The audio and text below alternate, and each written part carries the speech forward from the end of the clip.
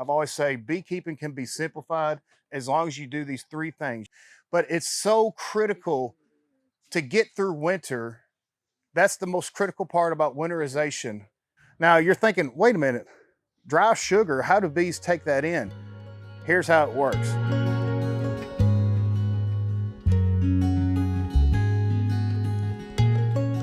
My name is Jake Osborne. I am a beekeeper from Western Kentucky. Actually, I'm from Owensboro. I know I see a lot of familiar faces and whatnot. I'm 37 years old. I've been keeping bees since I was 8 years old. So you do the math, that's how long I've been keeping bees. I've been doing it as a business probably since 2017, okay? And at this point, I'm operating about 300, 400 colonies. At first, I kind of have a two-part to my business. At first, I was mainly concerned with making nucs. So I would actually overwinter in Florida. We'd pack up all the bees. We'd go to Florida. We'd make nucs starting at the beginning of February. And then probably about beginning of April, after those nucs were grown out, I'd bring them back to Kentucky with all the bees and sold to the local nuc market. After getting married and having a child, a daughter, who's now almost 2 years old, quickly figured out that I wasn't going to be able to run off to Florida in the wintertime. So now my business aim point has changed. So now I'm mostly into honey production. I do still do a handful of nucs, a little bit every year. But right now my main focus is honey production. And I've also got a small part of the business is packing honey. And I probably at this point, I think I've got about 40 stores that I supply to. And yeah, I've got some buddies who are other commercial outfits, beekeepers near me. And honey is since they do mostly pollination, honey is actually a byproduct to them. So I'll purchase their honey in barrels and then I'll pack it. So, as well, I also make my own honey. Now today we're going to be talking about winterization. Now I missed the first keynote talk, which is fall management practices, but I'm assuming that some of the stuff I'm going to be talking about is probably stuff that he was talking about in fall management. And the reason why that kind of coincides is because you're getting ready for winter starting in August, really. So starting in August, what's the main thing we're supposed to be doing right now? Mites. We're supposed to be addressing the issue with mites. Why is this so important? Well, first and foremost, as you all know, mites are public enemy number one. They are the ones that are essentially going to say if you're going to make it in beekeeping or you're not. Okay. Every talk I've ever given, I've always say beekeeping can be simplified as long as you do these three things. You have good queens, you feed your bees if they need it, and you treat for mites. Okay. Mites vector dozens and dozens of viruses. So if you control the mites, your bees are going to be healthy overall. Now, I ain't going to elaborate too much on mite treatments, but I just want to show you, and a lot of you probably already know about this gizmo. This is a mite wash. Okay. How many of you have never seen this before? Okay, a handful, excellent. This is an incredible tool. Now, what you do, it's got a little basket here. You're going to take frames of bees. Make sure you don't get the queen. Don't ask me how I know that. All right. There's little lines in here. You're going to fill the bees up to that top line. And whenever you fill this cup full of bees to that top line, that's roughly 300 worker bees. You're going to fill this up halfway with rubbing alcohol. You're going to put the bees in here. It will kill the bees. All right, but that's okay. Put the lid on and you're going to shake it like this in a circle motion. You do this for a couple minutes, back and forth, back and forth. When you look at the bottom, the mites will dislodge from those 300 worker bees. The mites will go through those little slots right there. They'll flow to the bottom and you count your mites. All right. Now this number varies. When I was younger and mites weren't as bad of a problem. It used to be 5 or 6 mites. If you see 5 or 6 mites, you need to treat your bees. You've got a mite infestation. I would recommend nowadays, if you see 2 mites, treat. What am I wanting to see in this when I do this? I want to see 0 mites. I want to see 0 mites. If I see 1 mite, I'm a little bit on edge. I might let it fly by, but I want to see 0 mites. Okay, if I see 2 mites right here in the bottom, I'm going to be treating my bees. Now, talking about mite treatments to elaborate even further, when I was younger, you could treat once a year in August and you were set for the whole year. Now the mites are getting more resistant to the treatments that are on the market, and there's a lot of different treatments right now. I like to use 3 different treatments. One that I'm using right now is Apiguard. Yeah, Apiguard. Okay, this right here, it has trays in it. I ain't gonna open it, but it has little trays in it. You set it in between your 2 deep boxes. You open the cover off the tray, there's a gel in there. You put that in the hive. You wait 2 weeks, you put another tray in there. Okay, that's the treatment for it. I also like to use a product called Apivar, Apivar. That is an amatraz base. It's a strip, you put it in between the frames, you wait for 21 days, that's the treatment. Another one that I like to use is called Formic Pro. Now, Formic Pro, you got to watch it because when you take it out of the wrapper, if you breathe the fumes from it, it'll knock you back. It's a strong, strong, strong smell. And you place this pad on top of the frames, kind of similar to the Apiguard. Now, here's a little tip for you guys from a guy who's got a lot of hives or somewhat, and just from what I've seen. The Apiguard I like to use in August. It is a little bit temperature sensitive, but as long as it's 80, 85 degrees or less, it's okay to use Apiguard. That's the gel, yes. Formic Pro, all right? Formic Pro, I like to use it for my 3rd treatment. I'll back up and tell you about my first one. For my 3rd treatment of the year, I treat 3 times, by the way. My 3rd treatment of the year, I like to use Formic Pro, but I like to use it probably towards the end of October. Okay.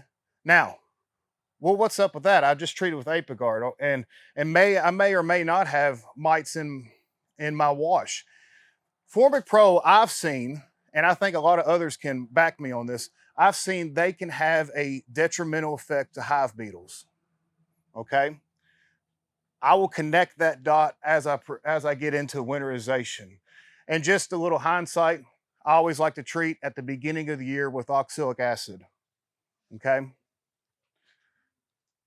Any questions on mite treatment? I don't want to elaborate too much on mite treatments because this is a winterization, but it's so critical to get through winter. That's the most critical part about winterization, is taking care of the mites at the end of the summer and the early part of fall. So if you can take care of the mites, your likelihood of getting through winter is greatly improved. Any questions so far? Yes, sir. Oxalic acid, you take the supers off. Okay, so talking about that, the only time I use oxalic acid is in the late winter, early spring. So my supers aren't on. And would you take them off if you used it later in the year? I wouldn't, honestly. This is just my standpoint. Oxalic acid won't kill the mites that are beneath the cap. So if you know much about mites, the mites go through their reproduction with the developing bee that's under the cap. So we're talking about egg, larva, pupate. When that honeybee is in the pupate stage, where it has the wax cap over it, that's where the mite is in there and doing its reproduction as well. Now, so if oxalic acid can't kill those mites, I only use it whenever at a time of the year when the hive is broodless. If the hive is broodless and you hit it with oxalic acid, you're killing a lot of mites. So I like to use oxalic acid early spring, probably still winter time. We're talking probably beginning of March, mid-March. I'll hit them with oxalic acid. Okay, let's see. Oh, look at there. My computer went off again. Mite treatments. All right. So we're kind of going to go through a scenario here. And so I talked about August. We're already through September, and now we're in the first part of October. Up, and I'll just kind of tell you what I've been doing to get ready for winter. Right now, in the last 6 weeks, I have been evaluating my colonies as far as from a food standpoint. I've been taking care of the mites, but I am evaluating the hive on how heavy they are. Now, I'm not sure where everybody is from. I'm an hour west of here. So I like to have my hives. I like my hives to have about 40 to 50 pounds of feed on them going into winter. And right now is what I'm getting ready for to do that. I am feeding syrup right now for the hives that need it.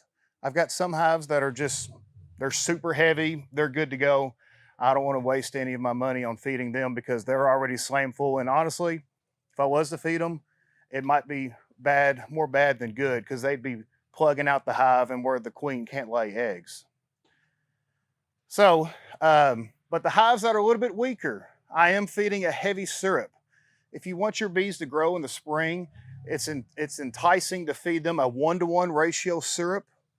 And then, but this time of the year, you want to switch to a 2-to-1 syrup, a thicker syrup. The thicker syrup, the bees are more likely to store that and put that away. Okay. Now, there's different types of feed. I use just sugar water. They do have a product here called Pro Sweet. Pro Sweet is a mixture of sucrose and fructose, or sugar water and corn syrup. Okay. I've got a lot of friends that will buy tanker loads of corn syrup and feed it to their bees. Is there a detrimental effect to corn syrup versus sugar syrup? I hadn't seen any. Maybe there is, maybe there isn't. Okay. So, and then, but yeah, obviously you want your bees to be heavy and getting ready to go into winter. Talk about mites, we'll talk about feed. Queen right. All right, we're getting late in the year. If we come to a hive and it's queenless, what are you going to do? What do you do? Well, you could take the chance and gamble and try to buy a queen to put in there, or you can just combine that hive with something else. Beginning beekeeping, I've always recommend that you start with 2 hives. One hive, you need 2 hives because you can mix and match stuff. So say you got a hive over here, hive A, that's really weak, but hive B is really strong. You can do what's called equalizing. You can take resources, or assets as I call them, frames of honey, frames of brood, from this hive and boost the population over to here. I do a lot of equalizing right now. If I have a super plugged out double deep hive, whereas this hive over here, it's a double, but it's the top box only has like 2 frames drawn out, 2 frames of bees. I'll take resources and assets from this hive, not a whole lot, and give to them. And that equalization is why it's called that equalization. It's because you're taking from a really strong hive that's better and well off and giving it to a smaller hive that could possibly use it.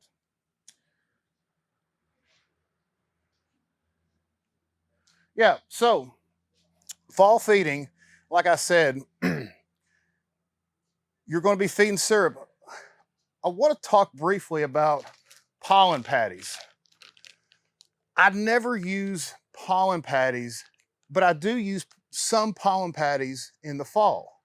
This product, and I am really, well, she's gone now, so I can talk smack about Mann Lake, right? I'm just kidding. I'm not trying to really promote Mann Lake, but this is a really good product. This is Ultra B Plus.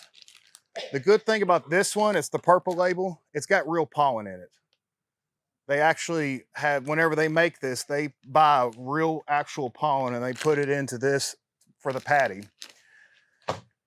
Why am I feeding pollen patties in the fall? I haven't started feeding my pollen patties yet. I probably will here in a couple of weeks. The reason why is because they store that pollen.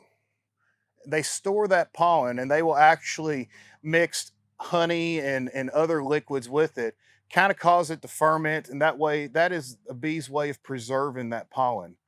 you need that pollen coming out of winter. Okay. So right now, when you look in your hives, you're pulling out frames and it's just nothing but pollen, which is excellent. That pollen will remain in that hive until the springtime. Because thinking ahead and in the springtime, everything, the days are getting longer, it's getting warmer, but nothing has started to bloom yet. So they're going to have to revert back to those stores that they created back last year in the fall. So that's why I prefer, or I like to feed pollen patties in the fall. Now, here's a tip, and this is from experience. If you ever put a pollen patty in your hive, put a beetle trap in there. Okay, they have beetle traps that they sell, and it fits in between the frame. You put a little bit of vegetable oil in there.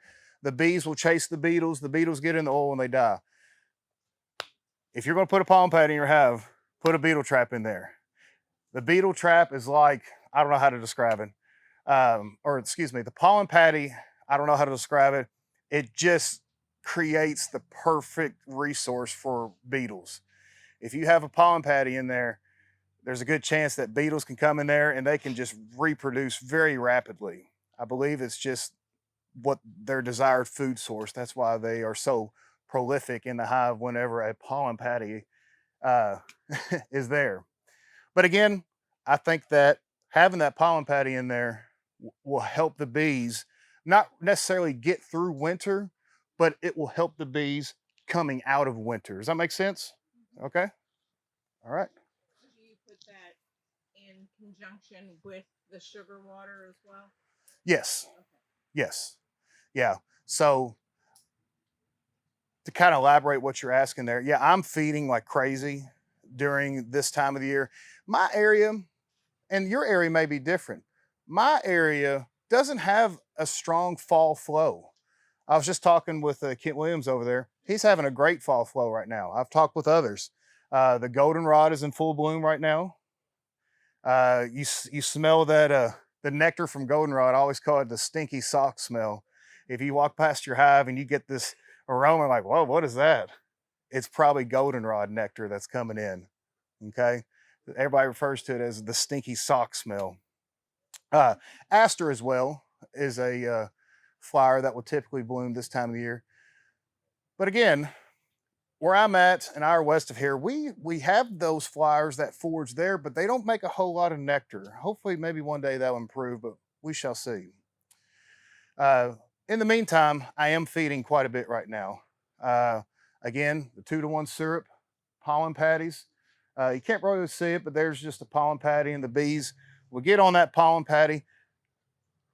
Another tidbit of information: if you buy a pollen patty, if you have a double deep, take this pollen patty, rip it in half, okay, and put one above the first box and one above the second box. I've noticed that bees with these pollen patties, they don't start in the middle. They start on the edges and work their way in. So the more times you break this, the more edges you are creating. So you may even tear this into 4 pieces. The more edges on that pollen patty are visible, the more bees can get on it and take it in.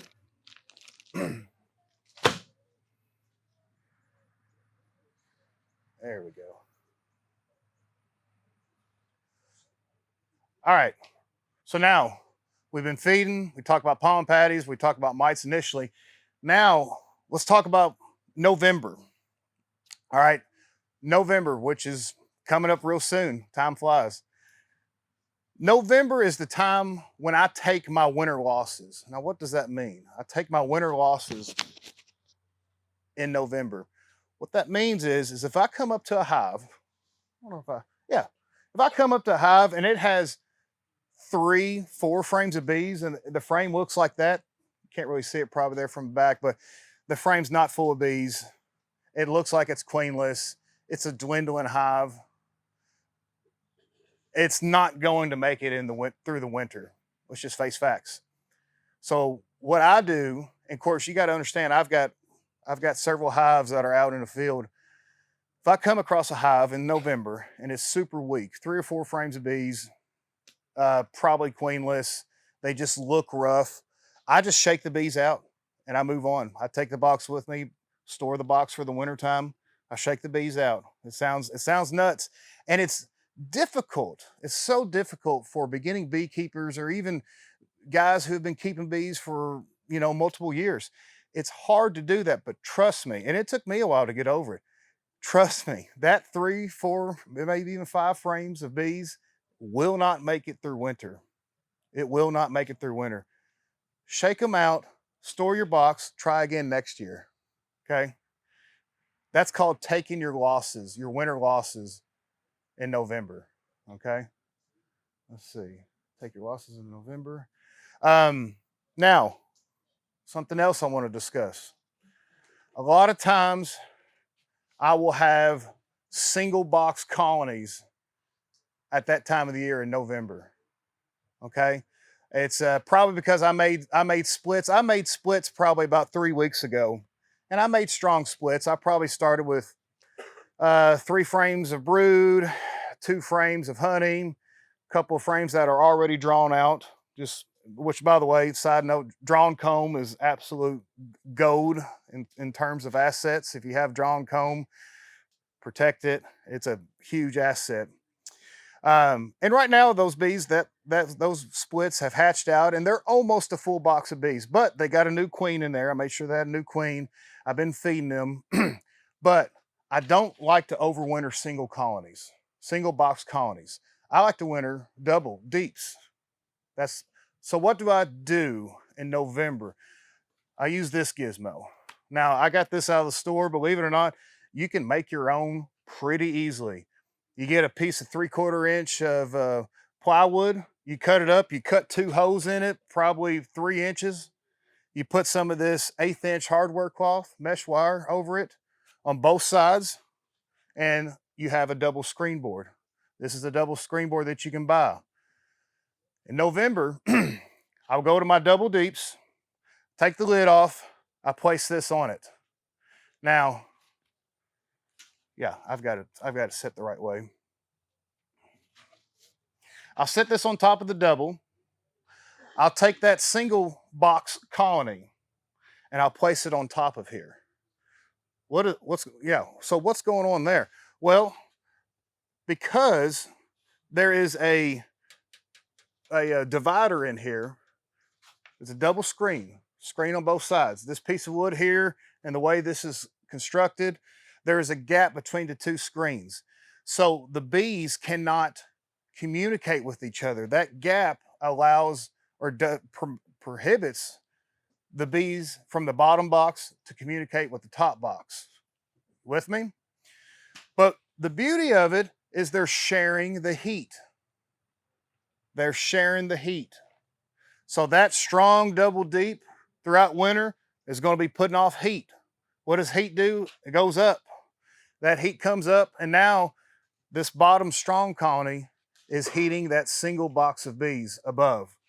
I've had tremendous success from that. Now, you're probably wondering, well, what about the top box? How do they get out? There's a little opener right there, okay? And if you make your own, you will have to put a rim on it and leave a little gap. You don't have to have a sliding folding door like that. I just have mine, they just have a little gap that I cut from the rim. So, all right, see that? So now that is their entrance for the top box. And I like to orientate this to where, say the bottom box, the entrance is this way. I've got my single box. You can either do it from the back or you can do it from the side. I like to keep the entrance from the top box at a different position than the bottom box, just in case there's any kind of confusion on those warm winter days when they are able to get out and fly around. Make sense? Double screen board, highly recommended. I didn't learn about a double screen board to probably about 8 years ago, and I'm like, crap, I've been missing out, you know. So, speaking on this again, when do you take the top box off? I like to take it off whenever those first plants start to bloom in the spring, I'll peel this top box off, and mine are on pallets. I'll set it on a pallet next to the hive, or it don't matter. A lot of people have when you do bees on a larger scale, some of the rules that you learn, you kind of throw them by the wayside. So, and I'm getting off topic here, but so what? Um, you've probably heard that you can't move a hive 5 or 10 feet away. You have to move it over a couple miles away. Yes, that's true, but I'm here to tell you, you can move a hive 5 or 10 feet. Well, the hive will be fine, but some of the foragers may get a little confused and go into other hives, but it's probably okay. And which actually, that I use that quite a bit in some management practices. We were talking about equalizing. All right. Same is true with this. Hive A has a lot of bee population. Hive B is low in bee numbers. Will physically move hive B or hive A, vice versa. What happens when I do that? The foragers, right? The foragers from hive B will now be over to here, and you can populate that hive that way. So there's a lot of little kind of tricks you pick up, and you do it quite often. Let's see here. You use a double screen to split your hives? I do. I do. Um, whenever, if I'm using queen cells, I like to use a double screen. And what he's talking about is this isn't just an overwintering tool. This can be a tool to make splits, and it can be a tool to make splits early on. Um, for example, say you make a split, and I know we're talking about winterization, but let's just say you make a split. You could take that split and put it on top of a double screen board, put your queen cell in it, and then if the queen goes on her mating flights and is successful on her mating flights, once you have established that that queen is laying and in good order, you peel that top box off, and there you go. You've got another hive. If she fails, then you just simply remove this board and recombine the hive. So yeah, I do, but I also like to make splits in 5-frame nuke boxes too. That's mainly what I do. I like to get them started in 5-frame nuke boxes. Once the queen is established, then I'll switch them over to a full-size single box. Why is that? It's just what I do. It's just what I do. I think that less of space actually encourages the bees to grow quite a bit. So it's just my practice that I do. So any other questions so far? No, moving on. Middle winter. So we're in the middle of winter. There's not much to do in the middle of winter. Okay.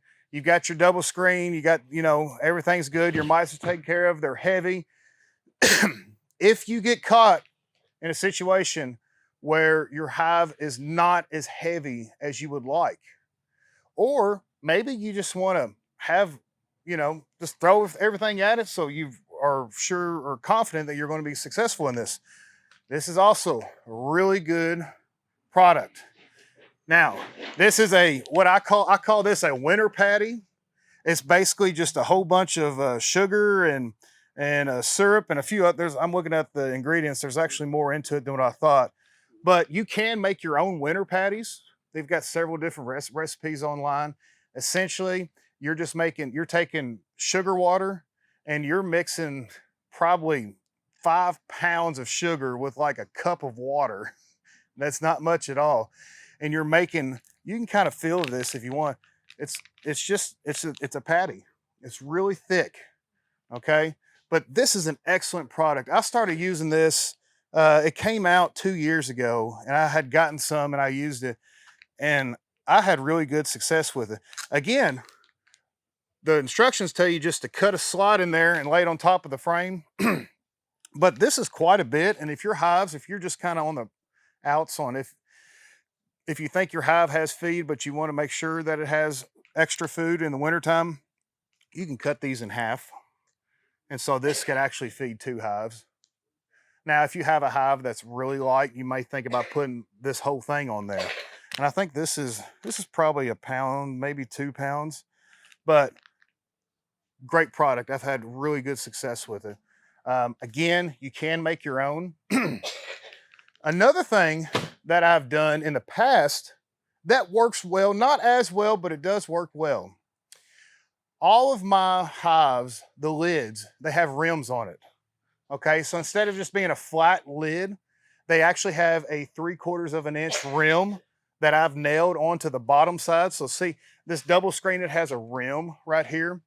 That gives you a little bit of space from the top of the frames to the bottom of the lid. Okay, probably about almost an inch, 3/4 of an inch.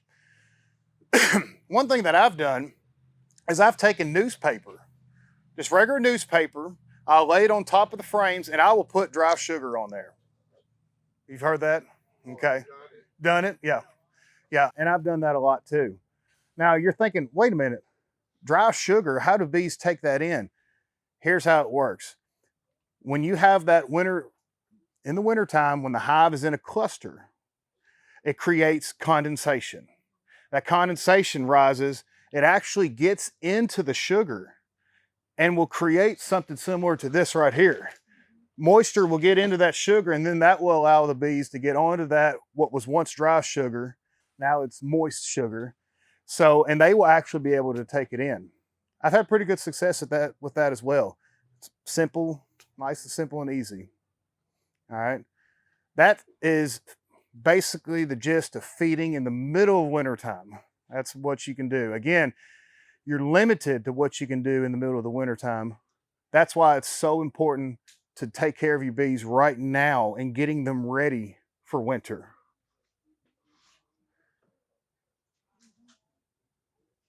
Okay. Any other questions so far? Yes, sir. Do you use any type of wrap or anything to help your bees? Right, right. Thank you for bringing that up. He's asking, do you do any type of wrap? When I was younger, a lot of people, they've wrapped their hives in tar paper. Yeah. Yeah. Look, I don't think that it's needed to wrap your bees. Again, if you take care of them right now and make sure they have plenty of feed, you don't have to wrap them. Wrapping your hives in our area is not something you absolutely have to have. The only time I would say that you really need to wrap your colonies is if you're in Minnesota, Canada, way up north. I've got a friend in Canada, and he has pallets of bees. Most of the beekeepers around here, they'll have 4 hives to a pallet, and that way they can pick them up and move them because they're commercial. He has 8 hives to a pallet. And the reason why he does that is because you've got a lot more hives that are butted up to each other, and that's for a conserve of heat. And he does wrap them all. So you don't need to wrap them, but if you want to, it's probably okay. Right here, back here. Did you have a question? Yeah, I was going to say too, if you wrap them too good in this area, yeah, make them sweat more. That's true.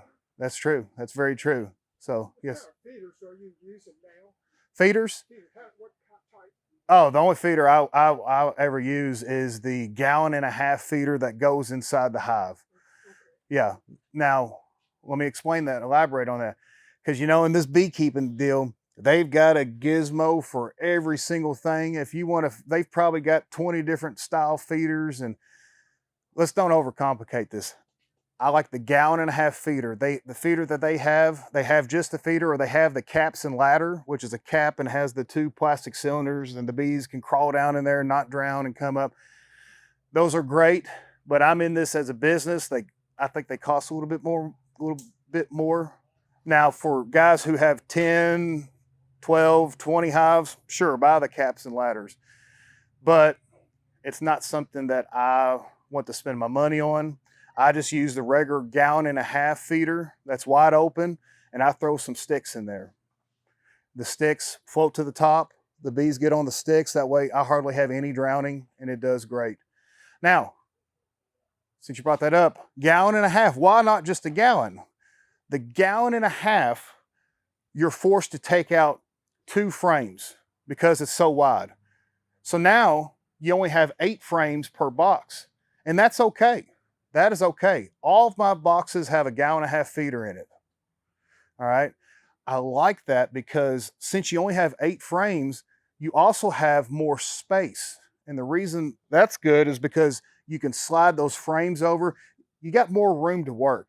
I can't tell you how many queens I've killed from pulling out a frame and she got rowed. We call that rowing the queen. That's where the frames are too close together and the bees they get, you know, trampled on each other like that. We call that rowing a queen, and you lose a queen. So with the 1.5 gallon feeder that you put in the hive, you're only able to fit 8 frames and you still have a lot of space there. So yeah. Yes. Where you put that yellow tank in the frame. It don't, just on the edge somewhere. I keep them on the edges, yeah. If you put them in the middle, you're kind of creating a split. And you could run the risk of this one side making queen cells and it just be a mess. Keep them on one side. As a commercial guy, sideliner, I keep my frames towards the middle. That way when I'm feeding, I can just slide the lids off to the side and I feed them that way. So, but on the edges for sure. Yes, sir. How long do you keep that feeder in? I keep it in all year long. Yeah, keep it in all year long. And I do spend the money on having a feeder in each box. You guys probably only need 1 feeder in 1 box. That's fine. The reason why I like to have a feeder in each box and spend the extra money on that is because I do a lot of rotating, especially in the, which I'm about to talk about. If there's a bunch of hive or if there's a bunch of brood being reared in the top and there's nothing going on in the bottom, I like to rotate. My opinion, bees like to move upwards. Another reason is when I do splits, if I'll go up to a strong double deep and I take the top box and set it on this pallet, I take the bottom box and I set it on this pallet. That's a strange way of doing it. If you've taken a class on how to make splits, the reason why I just think it's faster. I will literally split without looking at a frame, I'll peek in there to make sure there's brood in each box, some brood. I split it right in half. I wait 4 days, and then I come back. And if I come back and there's eggs in one box, I know the queen's in there. And if I look over here in this box and there's no eggs and I see queen cells starting, I punch those queen cells, kill them off, and then I'll introduce my queen that I like. And I don't even have to look in this other box. It's basically, in my opinion, people may disagree with me, that way of making splits, you're having to go through half the number of frames as you would before. All right. And I think it's a lot more fun too. Because in a matter of a couple hours, you look at a yard with 80 colonies and now you just split them all in half. Now you got 160 in a couple hours. So anyways, get off topic. So you order your queen. I mean, you put a new queen in there. Yeah, And you make a split. I do. I sometimes I will utilize queen cells.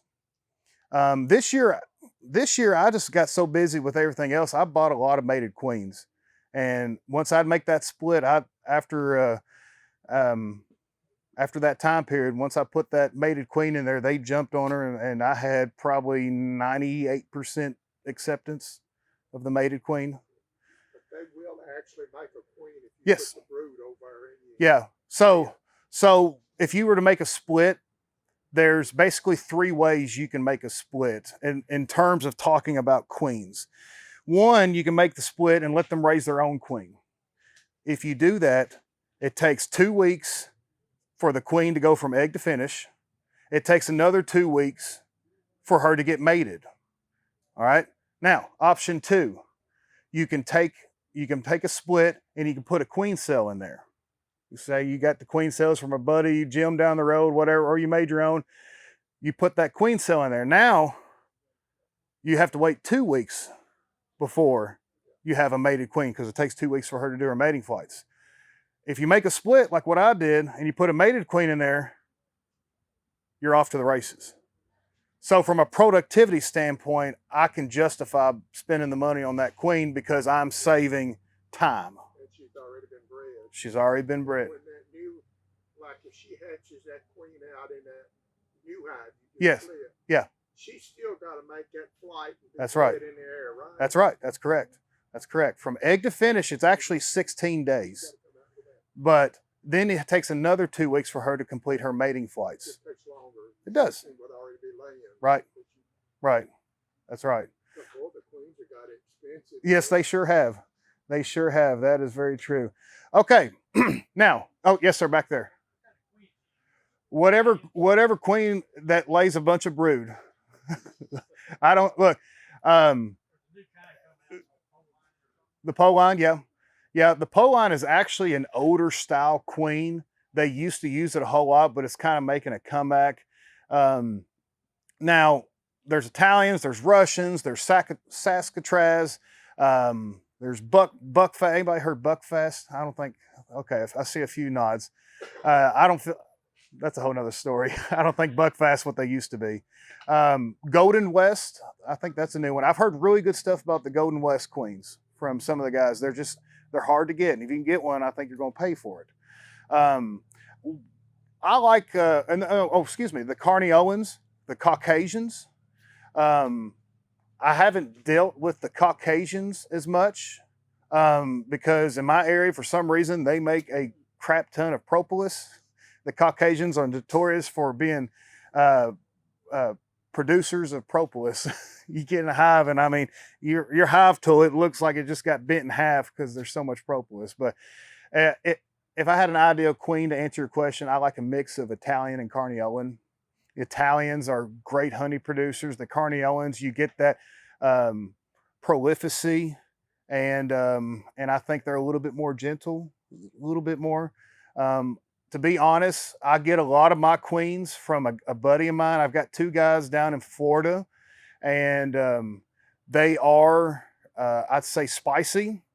You got to suit up. You got to put your gloves on. But the trade-off is I think they're a little bit more disease resistant. They're better honey producers. They lay sheets of brood. When I say sheet of brood, that means like the whole entire comb is slam full of cat brood.